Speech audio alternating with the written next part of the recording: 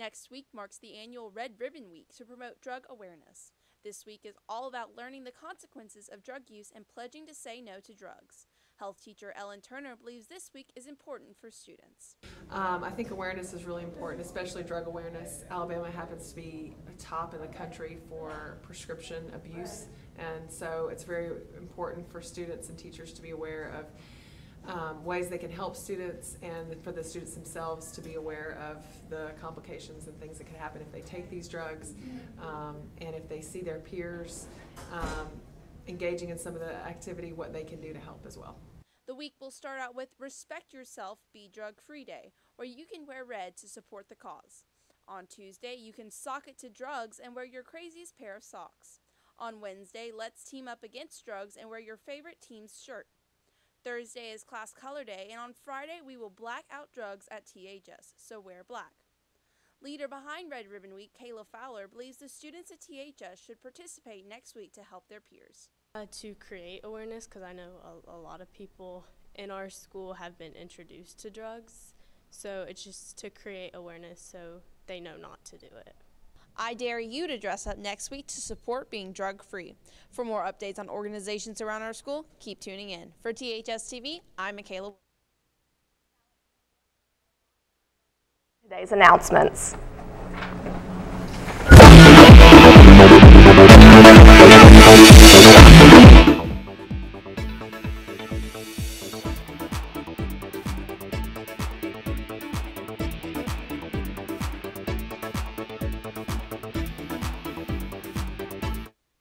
Senior ads are for sale.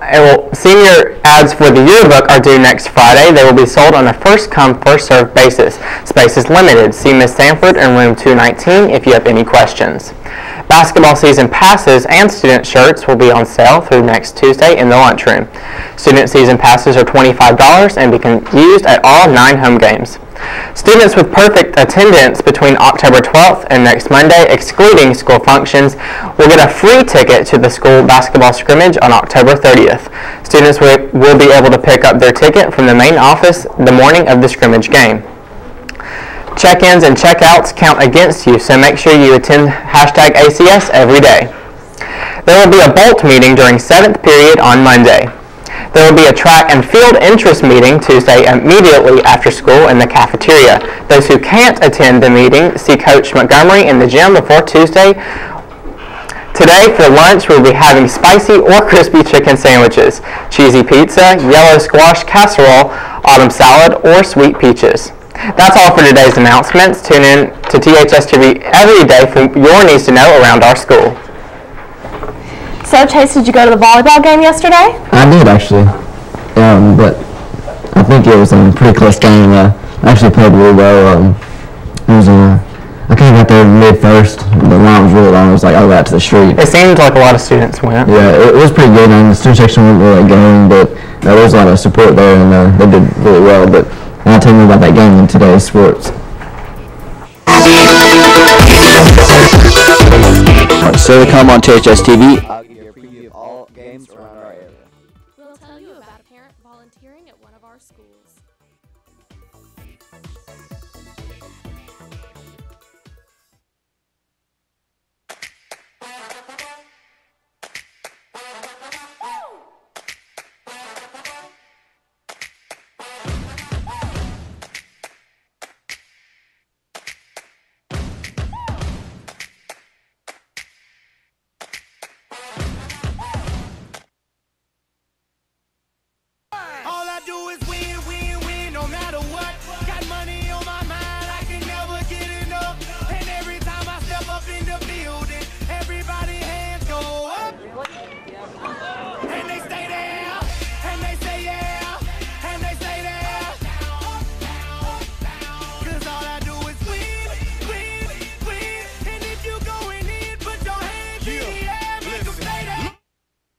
The volleyball team finished their season with another trip to the state playoffs. The team traveled to Huntsville yesterday to take on the top seed defending champions Mountain Brook.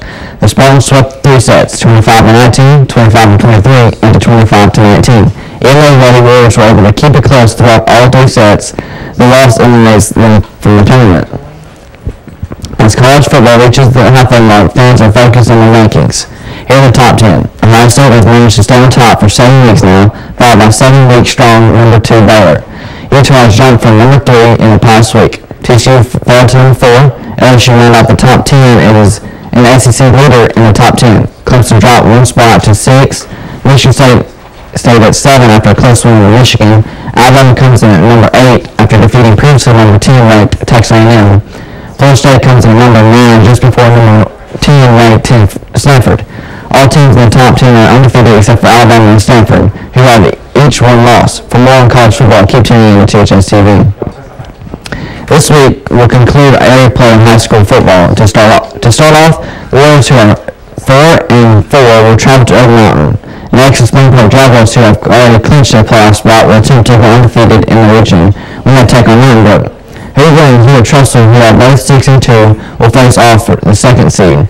From Region 3, the state will attempt to close out their season with hosting the Tuscaloosa County Wildcats. Around our seeding, Pelham will seek their second win, taking on Winter. And the 5A winner, 6-2, will take on 4-4 Central Tuscaloosa. Calera will travel to take on Oxford. Chelsea, opponent next week, will travel to Oxford. Lastly, the top team in 7A, Bob Jones, will travel to take on the Hazel Green Trojans.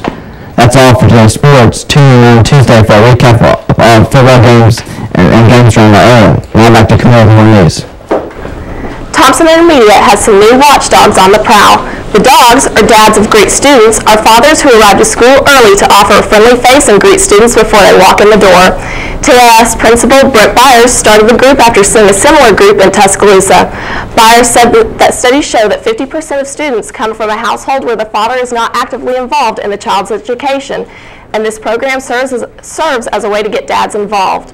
For more news on what's going on around our school, plus neighboring schools, keep tuning in to THS TV. Now all you have to do to cure your sweets craving is travel down the road to Pelham. Cake Art by Cynthia Bertolone specializes in cakes, desserts of every kind, using strawberries, cream cheese frosting, and more. The store makes more than cakes, though. They also specialize in cookies, cupcakes, and cannolis, along with cake by the slice. For more information on this new business, plus pictures of their specialties, you can visit their Facebook page.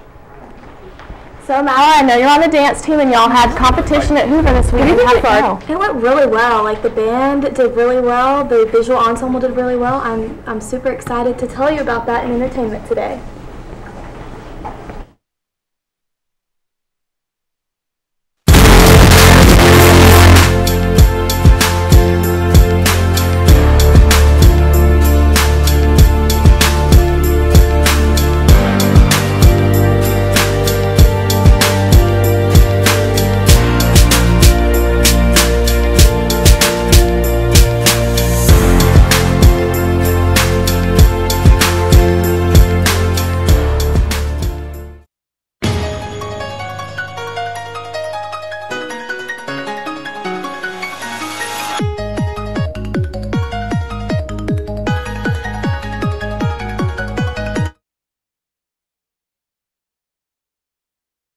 Alabaster is 77 degrees.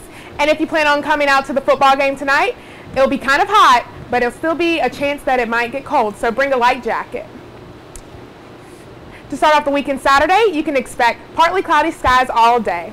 But if you're heading to a haunted house, I would also advise you to bring a light jacket. Sunday, there will be cloudy skies with a high of 72 and a low of 63. And for Monday, you can expect gloomy skies with a high chance of rain. That's all for today's weather. Now to Madeline with today's entertainment update.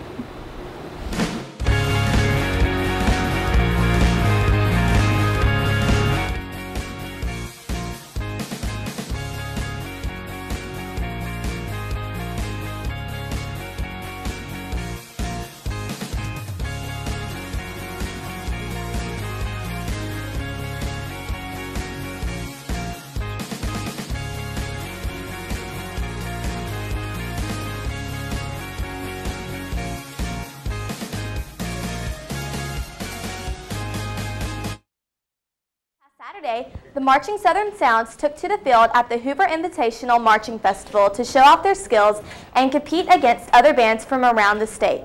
MSS competed in Class 4A, which includes bands with 96 or more members. The band went up against James Clemens High School of Madison, Alabama, and Grissom High School from Huntsville, Alabama. The Marching Southern Sounds received top marks with an overall superior rating, while the dance team and majorettes both won Best in Class for their categories. Overall, the Marching Southern Sounds came in second place for their division. No matter if they came in first, second, or third, we certainly still have pride in our band. Grease the movie is a classic, as most people say. Grease is about high school students Danny and Sandy who meet while on a summer vacation and are unexpectedly reunited when she transferred to Rydell High, where she must contend with cynical Rizzo and the Pink Ladies. Grease Live, on the other hand, is a spin-off of the movie. The expected cast has some rumored stars and some stars that will for sure be a part of the cast. For the girls, Julianne Hough as Sandy, Vanessa Hudgens as Rizzo, Kiki Palmer as Marty, Keith Donahue as Jan, Carly Rae Jepsen as Frenchie, and Elle McLean as Patty Simcox. For the guys, Carlos Penavega as Kaneki, Aaron Tevitt as Danny Zuko, Jordan Fisher as Duty, David Del Rio as Pootsie, and Noah Robbins as Eugene. Some rumored stars expected to join the cast include Nick Jonas, Olivia Newton-John, and Martin Short. Fans are excited to see if Olivia Newton-John will actually be in the show because she is a legend, and the original Sandy will be able to give the new Sandy some tips. Sit back, relax, and grab some popcorn as reporter Allison Singletary takes us through the top 10 grossing movies from this year. This week, the top 10 grossing movies of the year will be highlighted. Number 10 this year was the animated movie Home, which collected $177 million so far this year. Home was also ranked 221 worldwide. Number 9 is Ant-Man, which premiered June 29th, collecting about $178 million. Ant-Man is ranked 175 worldwide. Pitch Perfect is number 8, collecting approximately $183 million and being ranked 389 worldwide. Mission Impossible Rogue Nation is the 7th top grossing movie of this year. Rogue Nation collected around $194 million and is ranked 80 worldwide. Number 6 is Cinderella, which was released in March earlier this year. Cinderella collected about $201 million but is ranked 127 worldwide. Minions was a big hit, being ranked 5 this year and 10 worldwide. The Minions movie collected approximately $334 million. Fury 7 is next up, being ranked 4 this year and collecting around $351 million. Fury 7 is ranked number 5 worldwide. Inside Out is number 3 this year and 45 worldwide. Inside Out has collected about $354 million. Avengers Age of Ultron is ranked number 2 and collected approximately $459 million. Avengers is ranked 6 worldwide. Finally, number 1 is Jurassic World, coming in with around $651 million. Jurassic World is ranked number 3 worldwide. Reporting for THS TV, I'm Al. On Tuesday, reporter Sarah Jones took you into the future with a look at which predictions the cult film Back to the Future 2 got right. Today we blast to the past as we use our flying DeLorean to get the inside scoop on which predictions were wrong. Wait a minute, what are you doing, Doc? I need fuel. Go ahead, quick, get in the car. No, look, Doc, I just got here, okay? Jennifer's here. We're gonna take the new truck for a spin. The use of compost as fuel definitely exists, but it is not as commonly used as the film predicted. Chances are we won't be using compost instead of plutonium to power our flux capacitors anytime soon.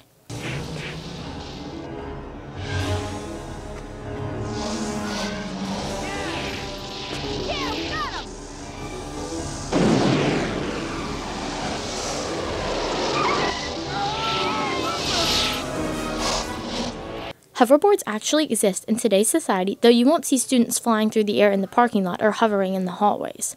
The hoverboard doesn't actually hover, fly, or float in the air without the help of a wheel that touches the ground, but is the closest thing to a real hoverboard that we may ever come to in our lifetime.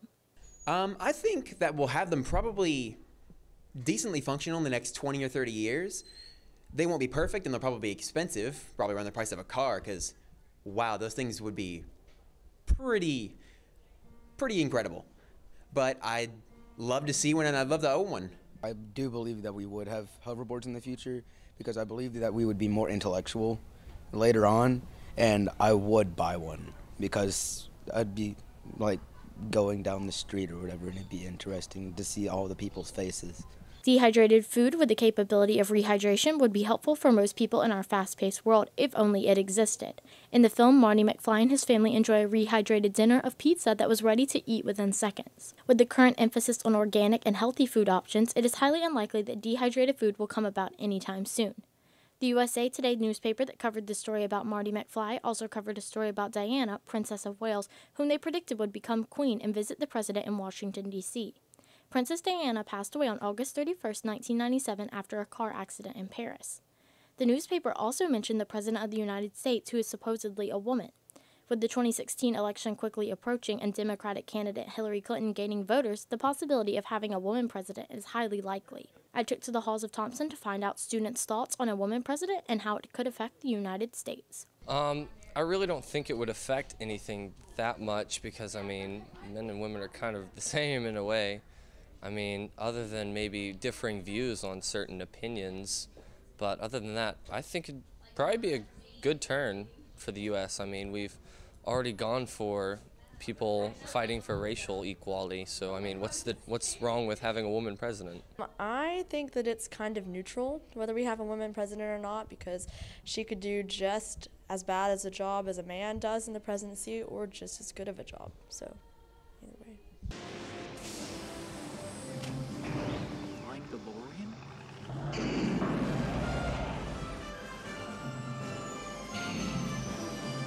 Flying cars are a pipe dream for our society today, but in Back to the Future 2, they were the main form of transportation. Flying cars may be possible someday, but for now we will stick to airplanes and paved roads. Although the date that Marty McFly and Doc Brown traveled to has already passed, you can always be on the lookout for new technology and inventions in the coming years. Reporting for THS TV, I'm Sarah. Wait! I'm back! From the future. You forgot to talk about all the things that are better in our 2015. Okay, well on Tuesday, we'll tell you why our 2015 is better than Marty McFly. Monday for more entertainment headlines. So it looks like the Warriors were really successful this week. A lot of stuff was going on in the school. Yeah, and the Ohio team traveled to Huntsville to play in the state tournament, so that was they did really well in that. And the Marching Southern Sounds had a competition this past weekend, which they dominated in. Yeah, and if you missed the show that won all the awards, you can see it tonight at tonight's football game. That's all for today's news. Tune in on Tuesday for a recap of the high school football games from around our area. Have a great day.